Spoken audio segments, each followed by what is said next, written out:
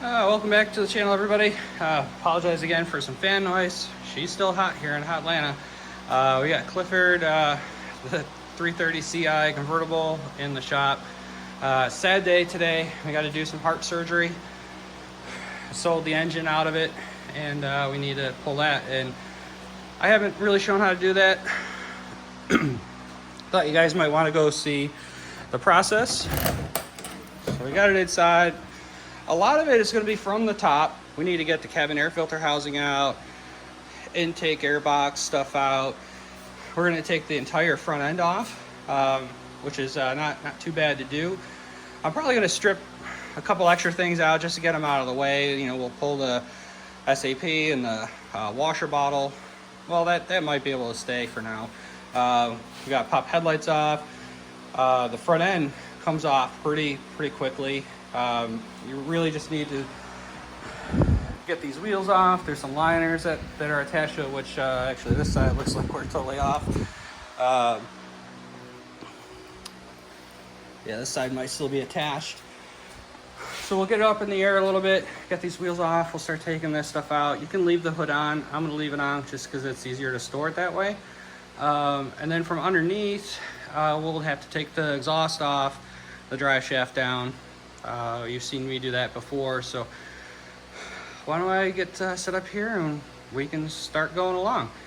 Alright, so the first thing we're going to do here is get this cabin air filter housing out of the way.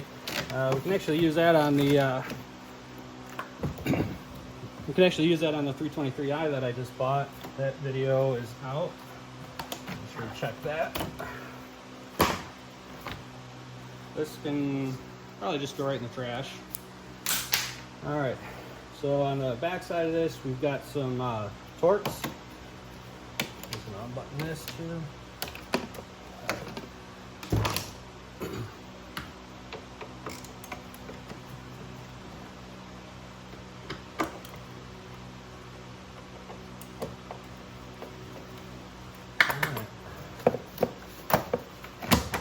It just pops out then. Looks like we are missing one of those T30s. Not a big deal. All right, now we want to take that positive cable off. That's just a 19 mil. The battery is disconnected, so we're not going to do any amateur welding here. All right. I think next thing we'll take these beauty covers off. Then we can get this coil harness out of the way as well. These just pop off with a little pick tool, small screwdriver. I always save on these because they always seem to be missing on a few cars here and there. And this one's actually missing one, so throw them there. We just got a bunch of 10s that hold the beauty covers on. We need the covers for the other car as well, so this kind of works out. Although I think I do have some spares anyway.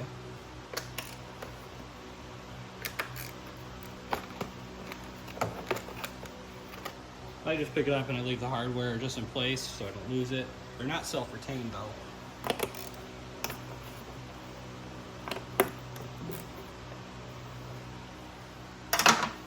Now on this one, I've got the oil cap actually facing the right way because I did an oil change on it.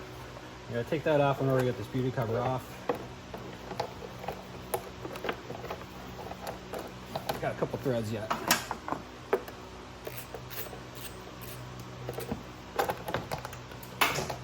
Well, that's on the ground. Didn't hear it hit all the way down, so that's good. All right. Now I want to pop these this coil harness off. Let's put our oil fill back on. We don't want to get stuff in there. And use a pick tool, flathead screwdriver. These just pop up. Then harness wiggles out. Sometimes they need a little persuasion.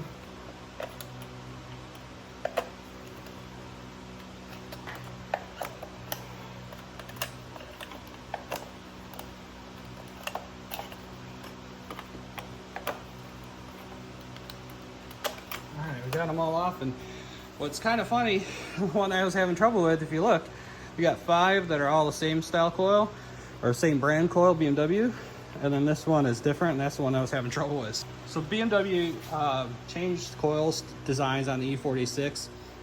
Early ones are all bolt-in. And later, somewhere around the 0203 area, they switched to just a slide-in pencil style.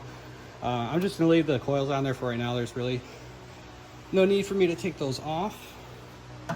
But we do need to take, there's a ground lead that we need to take off. And I believe that's an 11. Oh, no, it's an 8. Try not to lose that one. Just put that nut back in place. It's there for when we need it. Now, you can switch from this style to the pencil style, but you have to change the valve cover itself and the harness going across as well. So you just have 2 clips that holds this whole harness in place. When that picks up, toss it over there, get it out of our way. Let's see, why don't we get this air box out of the way. Disco the MAF. I've already got the clamp going. I needed that for the 330. I was missing a clamp. Then we've got 2 10s on the other side of the air box here.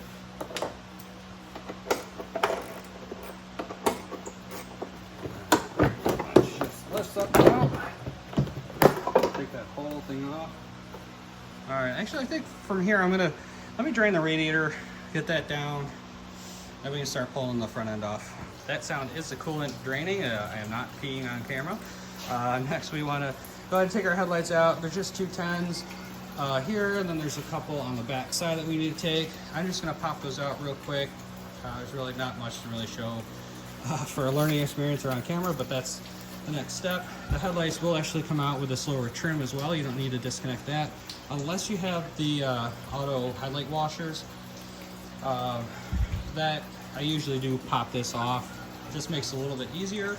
Kind of strange that this one doesn't have the headlight washers, being that it does have the HIDs, but it is what it is. All right, so we got our headlights out. Got on the Xenons, you got a couple connections here, and then you got one for the corner lamp turn signal that need to come off. Here you can see one of the pieces of hardware, and the other one that you can get. This one you just get from a long reach 8mm, and then you can take that off. I'm putting the hardware back in the spot I took it out from, mostly so I remember, and also I'm probably gonna use some of this on my 330 Ci. It's from New York. It has a little, rust, and the hardware looks like crap. Got mismatched hardware here and there, so I'm gonna save on some of this stuff and reuse it where I can. And the next thing that we need to do to get this front end off, so you'll see we got 2 bolts up here, 2 bolts up here, then you've got this frame extension where the reinforcement bar mounts to.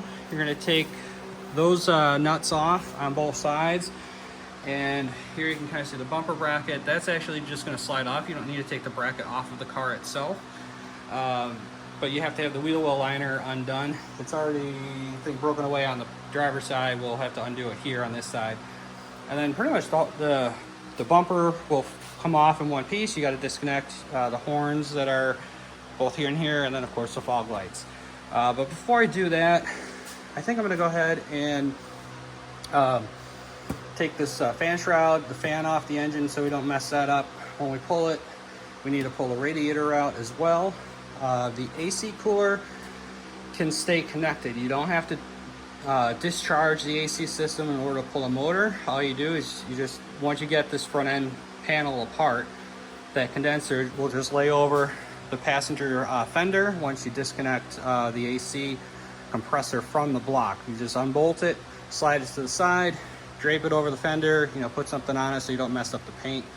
The power steering as well, you don't have to disconnect. You can just take the cooler and drape it over on this side once you disconnect the power steering pump.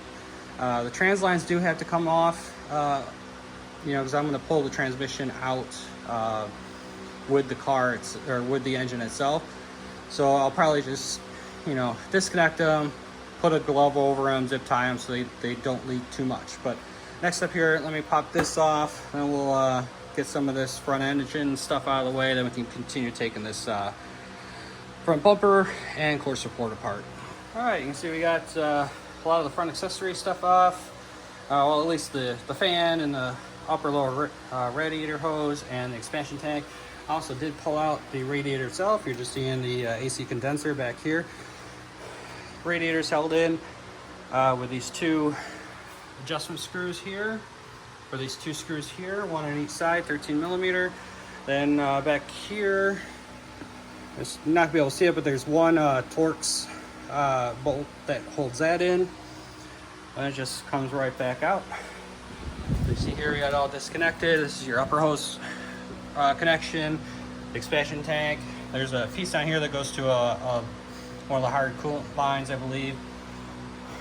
And this is your trans-cooler connection. And actually, what I realized as I was taking this apart, I don't need to actually disconnect the lines. Just tie the cooler to the engine as I pull it out, and I don't have to lose any trans fluid, which is great. I don't see a make or a date on this radiator. I don't think it's original, but I'm not sure if you can tell, but it's seen some things. And we weren't having any cooling problems at all. And if you know how radiators work, they're air cooled. Air must pass through and exchange the heat with the hot coolant that's running inside. So without good airflow, these will run hot. And you know, she's pretty plugged up. So we'll clean it up, blow it out, vacuum it, whatever, and we'll keep it as a spare. It doesn't leak. So it's good to have around in case I hit a project that's got a busted radiator. We just need to throw something in it. You can see we got our AC lines over there. We don't need to touch them, like I said. Once we unbolt everything, that thing will just drape over to the other side. Same thing with these power steering lines that are all gross and disgusting. So I think our next step here, let's get this bumper cover and reinforcement bar off. Like I said, it just got to undo this wheel well liner. You got 3 bolts on each side in here. That slides off. All right, I got a little ahead of myself here. So these 313s do need to come off, but they actually got to take, there's 2 T50 bolts on either side here, and that's what takes the bumper cover off. You see them down here on the ground. So now we should be able to, slide her off. Might have to put you down so I can do it. Hold on. All right, so we got the bumper cover off, set aside. We'll definitely save that for either sell somebody or, you know, put on maybe the gray car once I take the body kit off. So now we do have all the 13s off. Got plenty of room to get to them with that bumper cover off. I mean, we only got the 2 bolts up here and on the other corner holding this whole front core support in. But we still have the AC condenser in there and the power steering. Let me work on getting that out and I'll bring you back. All right, now that we got the bumper bar out of the way, we're almost ready to take this core support off, but we need to get the AC condenser undone and the power steering line unattached from the inside of this core support. And I've actually already kind of done it. There is, on this side, it's hard to see, but there's 1 Torx here and 1 on this line set over here that you have to undo and just kind of pry it out. It just kind of sits in there. And same thing with the power steering cooler line. So now we can actually just pull this whole core support off. I have the bolts off on the 2 top corners, all the 13s on both sides of the frame horn. So this was ready to come out. Yeah. We just have our fan harness here. The only thing I forgot. All right, we got our whole core support out now. This harness was just kind of stuck a little bit. You know, it's probably never been disconnected. Again, you can see all the more leaves that was stuck in this thing. It's pretty nasty. It's thick as heck. So surprisingly, this thing still had extremely cold AC. This is just one of the supports or the filler panels for the radiator and condenser. We'll just chuck that aside. We'll save those, of course. Now you can see our power steering lines are free. You can just kind of tuck that out of the way. That's out of our way now until we're ready to pull the engine out. We can, when we go to pull it, we'll undo this reservoir and the power steering pump itself. We'll lay that all aside, and it's totally out of our way. We don't have to open the system at all. So that's really kind of nice. We don't make a big mess. And then, like I said, once we totally unbolt our AC compressor, this whole thing will lay over the fender on the passenger side, the right side. So I'm gonna go ahead, take these belts off, get them out of my way so I can undo the power steering pump and the AC compressor. I'm just unbolting them from the block itself. All right, well, we got pretty much everything off the front that we need to get done. So we got our AC compressor disconnected, just shoved aside, cooler, the condenser laying on the fender, power steering aside. We'll unbutton this, or unbolt this here in a few. I think the next thing, really the last thing to do up top here, so I'm gonna pull the intake off. It just does make things a lot easier when it's off to pull this out. I suppose you could pull it with it in place. But just to get all harnesses and stuff like that, everything out of your way, I think that it's just an easier way to do it, is to pull it out with the intake. Plus it gives you a little bit of maneuverability this way and that way. So I'm gonna work on that real quick. You've seen me pull the intakes before, so there's really not a whole lot to show. We need to, take our harnesses off, undo the CCV, pull our fuel injection or fuel injectors out, or we can just disconnect the hose on the back. But I'll probably just pull the rail. That's usually what I do. Got to pull our DISA valve off, take our intake boot off. Helps if you pull this piece off as well. Just get that out of the way, gives you just that much more room. So I'm gonna go ahead and do it to it. All right, well, we got our intake off. You see here, really no surprises. Someone's definitely been in there before. One of the fuel injector clips wasn't on right, and missing a nut for the harness here that bolts up to the throttle body. But other than that, it was pretty much there. I kind of figured someone put a CCV on this in the past. So really the only thing left we have up top, to disconnect the two coolant hoses going to the hard pipes. And here is a vacuum canister. So really only on the 330s. I possibly on the 325 if it had the muffler flat, but it's pretty rare. They're generally only the 330s. But that's what that little canister is. We'll have to kind of undo that because there's some harness going down to the transmission that's kind of tucked in there.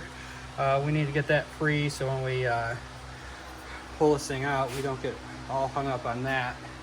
But really, other than that, no, we got to get this thing out of here, the SAP, and we're pretty much ready to go.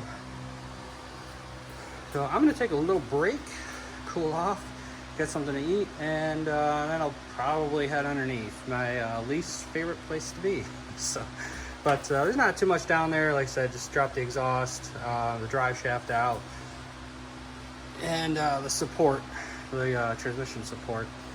So there's not a whole lot left, and then we're basically pulling this thing out and freeing it from its home. Well guys, it's actually a whole new day. That's what happens sometimes. You take a break and you realize, geez, I'm still kind of dragging along and a little more tired than you thought. So it's a new day. I'm back. We got everything underneath all disconnected, the exhaust out, the drive shaft off, transmission brace off, got our engine mounts disconnected, the SAP's out of the way, got the canister for the rear muffler all set, all the harness disconnected. Don't forget the negative ground strap that goes between the engine and the frame rail, or we'll be doing some tensile strength tests. But other than that, I think we're all set. I got it set up here on the engine hoist. I just used some ratchet straps. I mean, you can use, I do have a load leveler, but I hardly ever bring it out. The straps work really good. I've seen people use just seat belts. Use the front lift point. There's a spot on the back of the block just behind, or just above the starter. And then the other side is just wrapped around the headers in a good spot. You probably don't need the secondary one, but I just like having a little extra just in case something happens. You know, you got a little safety. You know, you got a lot of weight, the engine and transmission together. So I'm just gonna start cranking on this thing and see if we can get it out. You might have to fiddle a little bit. I did unbolt the steering rack. That can drop down to give us a little bit more oil pan clearance if we need it. Going in, it seems to be a little bit more critical, but coming out, I've done it okay with it in place. So let me get this thing out of here, and we should be about done. And just like that, it's out. It's not too bad. You just have to really kind of have the right angle of dangle to get this thing out. It's just going slow, slowly jacking it up, then moving it out, jacking it up, moving it out. To start, to get off the engine mounts, I did have to put transmission or a jack under the transmission wooden block just to pick it up a little bit to pop off these engine mounts. But you remember, those are brand new. Control arms are brand new. Steering rack, boots are brand new. So we'll be saving a lot of this stuff, you know, for other projects. There'll be more. And so we got a unit over here. It's really not rusting on the ground. I mean, just slightly. The weight's still all on the engine hoist. I think the guy's gonna come for this motor the next day or two, so I'm probably not gonna put it on a stand, but I do need to get this transmission off.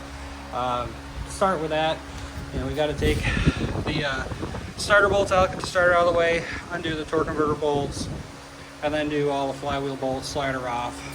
We need to strip a little bit down. We need to take you know, the exhaust manifolds off. Those aren't going with.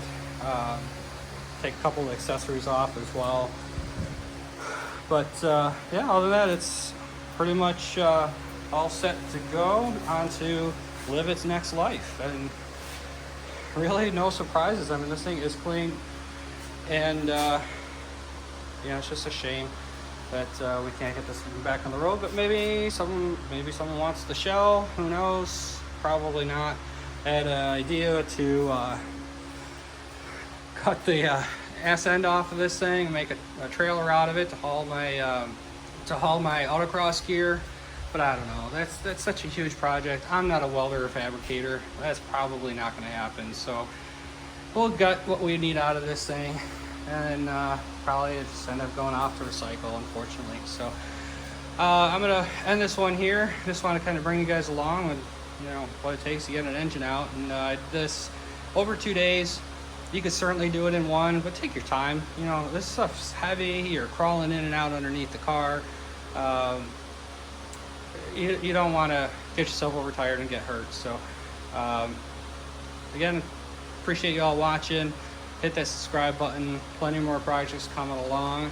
And say goodbye to Clifford.